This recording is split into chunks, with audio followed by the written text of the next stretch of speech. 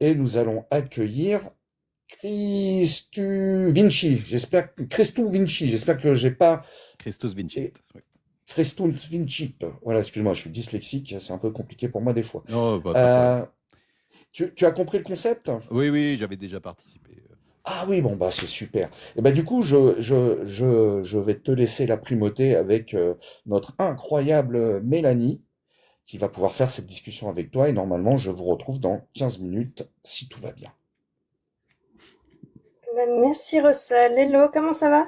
Bonjour, oui, ça va bien. Ça va. Euh, T'es déjà venu, du coup tu connais un petit peu le Mm. principe. Qu'est-ce que tu penses du sujet du jour? Qu'est-ce que tu as envie de nous dire? Non, moi, ce que j'ai envie de dire, c'est que moi, j'ai été vegan en 2012. J'ai passé plusieurs années. J'ai même eu un commerce vegan. J'ai eu un mode de vie vegan. Euh, mais le problème, c'est que entre-temps, je me suis converti catholique.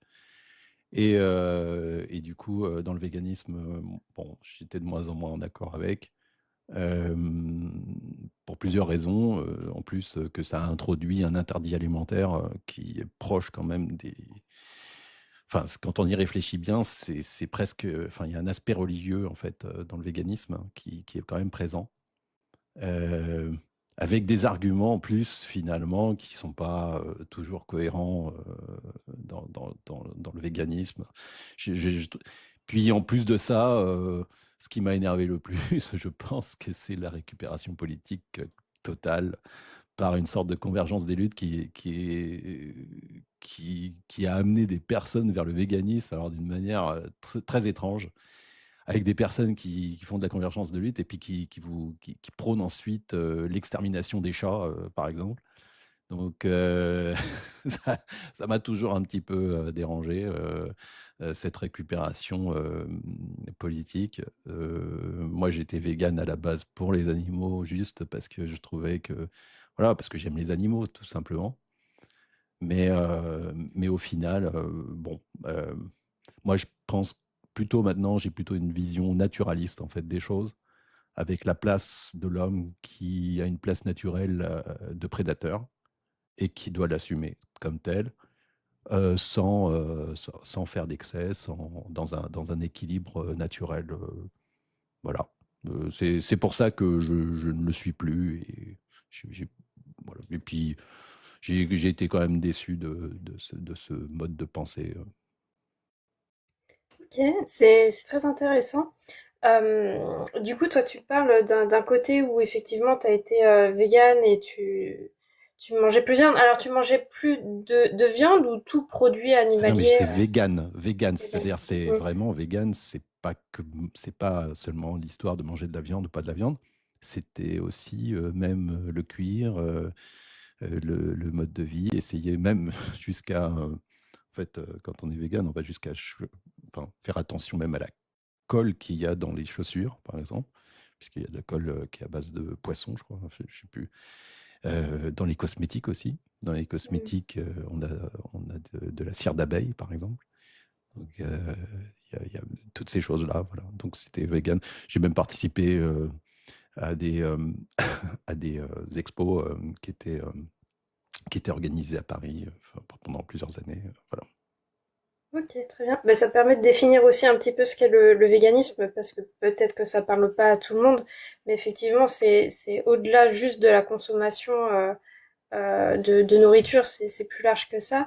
Et tu disais, toi, justement, que tu t'es un peu éloigné de tout ça parce que tu as ressenti un côté, un peu comme un côté religieux, des arguments qui n'étaient pas toujours cohérents, et surtout, ce qui t'a le plus marqué, c'est la récupération politique de ça. Oui, et puis, par exemple, il faut savoir quand même que, par exemple, l'industrie céréalière, elle n'est pas végane, de fait. Donc en fait, il n'y a rien de vegan réellement. Vous prenez votre voiture, par exemple. Si on est vegan strict, hein, au sens vraiment le plus strict possible, vous savez, vous voulez même pas écraser une fourmi, bon, bah, rien que le fait de prendre sa voiture, vous tuez un paquet de moustiques, hein, d'insectes pendant votre trajet. Si vous êtes vegan jusqu'au boutiste, normalement, vous ne prenez plus votre voiture Et vous devriez même faire attention. Je vous assure, hein, je caricature à peine. Hein. Il y a des positions de certains qui vont jusque-là. Hein. Donc, savoir jusqu'où on va, en plus, dans le véganisme. Et il y a des formes qui vont vers. Et puis, en plus de ça, en réalité, on peut plus rien manger parce que l'industrie céréalière, en elle-même, elle tue énormément d'animaux. Donc, ne serait-ce que les vers de terre, par exemple, avec tous les insecticides, avec même l'exploitation de la terre, ça tue des animaux, hein, tout ça. Donc, il n'y a pas une cohérence totale. Et puis, en réalité, c'est un idéal impossible. Voilà. Oui, c'était un peu là où je voulais en venir, c'est que pour toi, en fait, si on applique, pardon, stricto sensus le véganisme, c'est pas possible selon toi. Alors, c'est pas possible du tout. Hein. Si on dans sa chimie dans sa forme la plus pure, c'est pas possible. Il y a personne qui peut arriver à ça. Hein. C'est pas possible. Euh, En fait, il y a toujours un moment ou un autre où l'exploitation de l'homme, de la nature par l'homme, va engendrer des animaux qui vont mourir. Mhm. Et c'est cet élément-là qui t'a fait changer d'avis sur la question? Non, non, après, c'est plutôt l'interdit alimentaire, parce que, bon, là, après, je parle d'un point de vue religieux, mais quand je me suis converti, moi, après, j'ai vu un interdit alimentaire qui était, qui était désordonné, ouais. C'était pas bien en ordre, quoi, finalement. Donc je me suis dit, bon, c'est, ça ne correspond plus à à qui je suis maintenant, voilà. Ok, c'est vraiment ta conversion qui a joué un rôle important dans ta prise de décision. Ah, il y a quand même aussi l'aspect politique. Hein. Je dois dire que la convergence des luttes, c'est vraiment quelque chose de, c'est pénible, parce que ça amène des gens qui en ont rien à foutre des animaux. Hein. Je vous assure, hein. La plupart des gens qui viennent par la convergence des luttes, c'est des gens, les animaux, ils s'en fichent, mais complètement. Hein. C'est juste parce que ce sont des idéalistes qui veulent un système complet de convergence des luttes, donc il faut être aussi vegan dans l'idée. Mais en réalité, ils s'en fichent. Donc, mais je pense que beaucoup, hein, actuellement, je pense que le véganisme, en plus, est en chute. Hein. C'est en chute libre, la pratique. Bon, je le sais bien parce que moi, vraiment, j'ai été dedans. Et à partir du Covid, en fait, et même un peu avant, ça a commencé à chuter. Et là, ça va chuter de plus en plus. La plupart des restaurants véganes, des boutiques véganes ferment. Voilà. Vous aviez un monde vegan, par exemple, à Paris, qui était une boutique dédiée à ça. Elle n'a pas tenu le coup, hein, parce que les gens se détournent de ça. Ça a été pratiquement, je dirais malheureusement, enfin malheureusement, je sais pas, bon, d'un point de vue des véganes, un phénomène de mode qui a culminé en 2017-2018, et puis après ça a chuté, quoi. Ok, et comment tu sais que le phénomène recule en France? Je le sais par le chiffre d'affaires des entreprises véganes. Voilà. Ok, ce sont des données qui sont publiées? Moi, j'en avais une. Donc, je le sais. En plus, c'est le commerce vegan fonctionne aussi avec le commerce bio et le commerce équitable. Donc, il y a si vous remarquez bien actuellement, même le commerce bio et même le commerce équitable est en chute libre. Vous voyez pratiquement partout des fermetures de boutiques bio, que ça soit sur tous les domaines, hein, que ça soit sur la cosmétique ou l'alimentaire. Et en fait, les boutiques véganes ont quasiment disparu. Ok, et comment toi tu l'expliques en fait, ce retrait de cette pratique-là? Bah, alors, il y a eu le Covid qui n'a pas aidé. Le Covid a fait complètement chuter ça. Euh, il y a eu une grave crise des boutiques bio, véganes, équitables, juste après le Covid. Et en fait, les gens ne sont jamais revenus. Puis en plus de ça, il faut voir aussi que quand même, comme c'est associé à, une, à une- un courant de pensée politique, je pense aussi par rejet aussi. Il y a eu un phénomène de rejet. Hein. Moi, j'ai constaté ça. Quand on est vegan, ça veut pratiquement dire qu'on est de gauche, mais alors que c'est étrange. Hein. Ça devrait pas être ça, mais bon, il y a une association qui est faite. Donc je pense que les gens sont souvent énervés un peu par ça aussi. Je pense que éthiquement, il y a des gens qui auraient été attirés par le véganisme ou une forme de vie, enfin une forme de consommation plus vertueuse, entre guillemets, Mhm. si ça n'avait pas été associé à quelque chose de gauche. Ok. Le rapport avec éventuellement la récupération à gauche du véganisme, j'arrive à le comprendre. Par contre, le lien avec le Covid, en quoi le Covid a joué sur sur ça? Alors sur quelque chose, en fait, ça a été, ça a été fait parce que pour une chose simple, c'est tout ce qui est vegan ou bio ou éthique est plus cher. Et en fait, il y a une diminution du pouvoir d'achat de tout le monde. Et la première chose sur laquelle en fait on rabote, c'est sur ces modes de consommation. Et parce que ça fait partie du milieu de gamme, entre guillemets. Et donc, ça a énormément été impacté par à la fois le Covid. Donc, alors au tout début, non, mais au fur et à mesure, après, avec la guerre aussi en Ukraine et l'augmentation aussi du prix des matières premières. Et ça a fait chuter tout le secteur. Ok. Si je résume plus globalement, en fait, c'est plus le pouvoir d'achat en fait des personnes qui se réduit, dont le Covid a été un facteur aggravant, on peut dire ça comme ça, qui font qu'aujourd'hui les gens se tournent moins vers les produits plutôt de commerce équitable ou issus d'agriculture biologique. Voilà. Et de toute façon, c'est assez facile à vérifier hein, que le véganisme est en chute libre en France. Il suffit d'aller sur trends.google.com, vous tapez vegan, vous l'appliquez à la France, vous regardez le nombre de recherches sur le mot vegan, ça va tout vous dire. Hein. Donc, sur l'historique, là, je vais regarder. Bon, bah, on voit le pic qui est en 2018. Je le sais parce que moi j'ai une boutique dès 2012 hein, et j'ai arrêté en 2023. Donc, voilà, en 2018, on voit l'apogée, et puis en fait, c'est en baisse depuis. Et ça marque vraiment le pic, enfin, ça marque vraiment une tendance forte vers la baisse, quoi. Ok. Euh, du coup, ça m'amène à une question. On peut ne, enfin, de ce que j'en comprends de ton raisonnement, et peut-être que je me trompe, mais on ne peut être vegan sans consommer soit des produits issus d'agriculture biologique, soit de commerce équitable. Bah, en fait, le problème, c'est que dans le mode de consommation vegan, vous passez votre temps les étiquettes et sur les ingrédients. Et il y a beaucoup d'ingrédients qui sont issus de l'exploitation animale, qui paraissent rien. Enfin, il y a certains composants euh, par exemple, même c'est le tallowate de sodium, par exemple. Si je vous dis tallowate de sodium, vous savez pas ce que c'est. Ben, le tallowate de sodium, quand vous le trouvez dans un savon, par exemple, eh bien, c'est de la graisse de bœuf.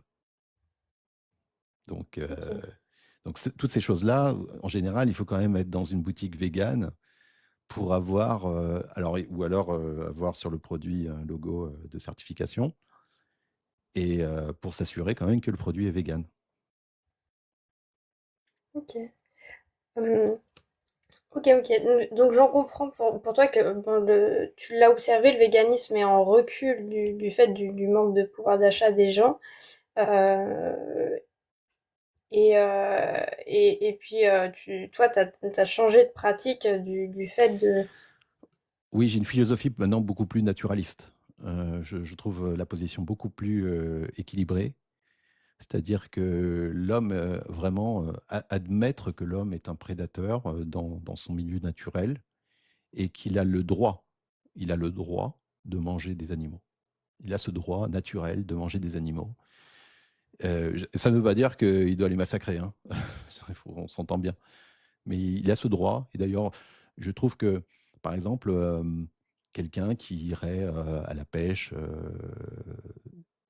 non pas récréative, mais juste pour s'alimenter, je trouve ça très noble. Je trouve ça Je trouve ce mode de consommation à la fois respectueux de l'environnement, respectueux de la nature, et, euh, et manger de sa pêche, ou manger, je suis choqué, mais même de manger de sa chasse, je trouve ça noble.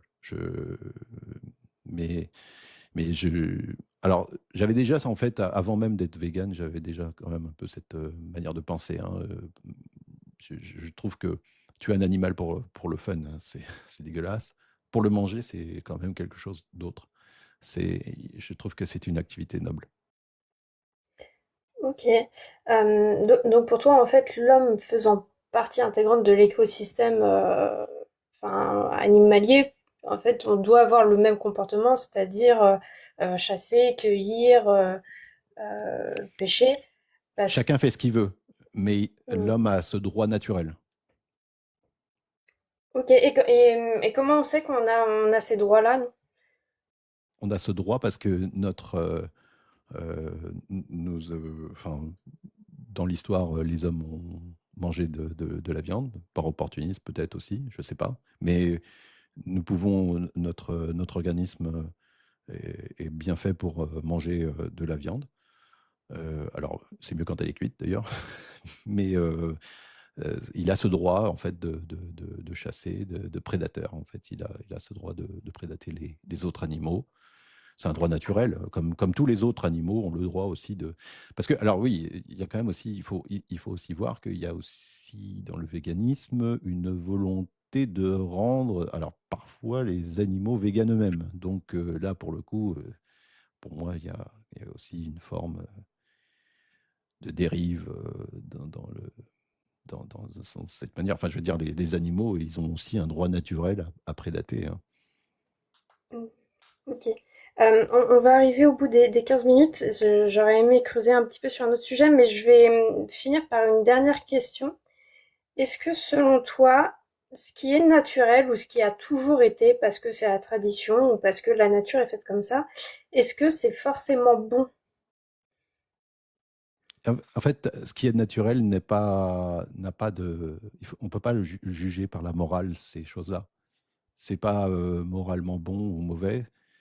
En fait, la gazelle qui est mangée par le lion, pour elle, c'est un mal, pour le lion, c'est un bien. Mais c'est un bien naturel, enfin, c'est pas un bien ou un mal moral, c'est un bien et un mal naturel.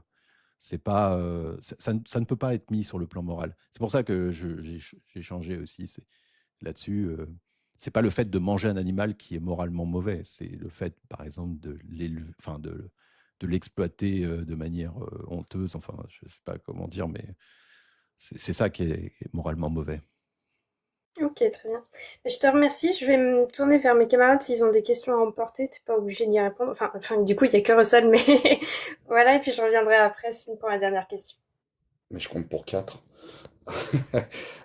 Ouais, j'aurais deux questions potentielles à te poser. Alors je sais pas si tu t'es converti au christianisme ou au catholicisme. Catholicisme, je me suis converti en 2017. Ok. Euh, Si en 2040, le Vatican annonce que, ou demande à tous les catholiques du monde de ne plus manger de viande et de ne plus utiliser de produits d'exploitation animale parce qu'ils ont cheminé là-dessus, est-ce que la convergence de la lutte des classes t'empêcherait de rejoindre à nouveau cette mouvance? Bah, pour le coup, ça ne serait pas au nom de la convergence des luttes des classes. Donc, Mhm. moi, je m'y plierais volontiers. Ok. Et dernière question, à ce jour, combien de viande animale tu consommes après les avoir zigouillées toi-même? Non, moi, en fait, je vais à la pêche, effectivement. C'est le mode que je mange très peu de viande, ça, c'est de temps en temps, ça m'arrive. Mais je mange très très peu de viande. Je suis pas un grand fan de la viande en plus. Mais oui, quand je mange quelque chose qui vient de la mer, je vais le chercher moi-même. Ok. Et j'en ai une dernière, mais celle-là, elle est pas, elle est un peu tarabiscotée, mais est-ce que le catholicisme est en accord avec l'exploitation animale? le catholicisme n'est pas, enfin, prône en général un équilibre, hein, sur ça. Et il y a des exemples aussi même je crois, de saints, hein, qui étaient véganes, ou on pourrait dire véganes. Euh, c'est pas en soi mauvais, hein, d'être végane. C'est juste qu'est-ce qu'on veut en fait derrière. Est-ce qu'on s'implique, est-ce qu'on le voit d'une manière religieuse ou pas? Et est-ce que c'est pour faire un bien moral? Je sais pas. C'est compliqué. Je dois dire que euh, si la volonté c'est juste la convergence des luttes, alors je pense que là pour le coup c'est pas terrible. C'est pas terrible parce que en fait comment dire, l'intention n'est pas là vraiment. C'est clair. C'est pour répondre. Et en fait, d'ailleurs, c'est là où on pourrait le mettre en parallèle à mon obéissance à l'Église aussi. On va dire que si je deviens vegan juste parce que l'Église me l'a demandé, bon, bah, je le ferai parce qu'on me l'a demandé. Pas d'une manière, on va dire, autonome. Mais la convergence des luttes, c'est pareil. En fait, ça enlève de la liberté de ceux qui suivent ça. Hmm. Donc voilà. Donc, est-ce que je peux résumer, si j'ai bien compris ton point de vue, si demain il n'y a plus de convergence des luttes qui tournent autour du véganisme, tu retournerais peut-être végan? Non, je te dis, moi, je suis plutôt naturaliste maintenant. Vraiment, c'est plutôt vers ça que je m'oriente. Plutôt une forme de vie naturaliste. Voilà. Cueillir Ok. des champignons, ça va être bête, hein. Cueillir des champignons, aller chercher sa pêche, aller profiter. En fait, aller dans la nature, jouir en fait des choses que l'on trouve par soi-même, le plus possible. Ok, merci. Je te laisse finir avec Mel. Merci. Bah, du coup, une dernière petite question qui est très importante pour nous. Comment tu t'es senti pendant cet entretien? Oui, très bien. Bon. Bah écoute, tant mieux. C'était Voilà. chouette, merci. Merci. Bonne journée.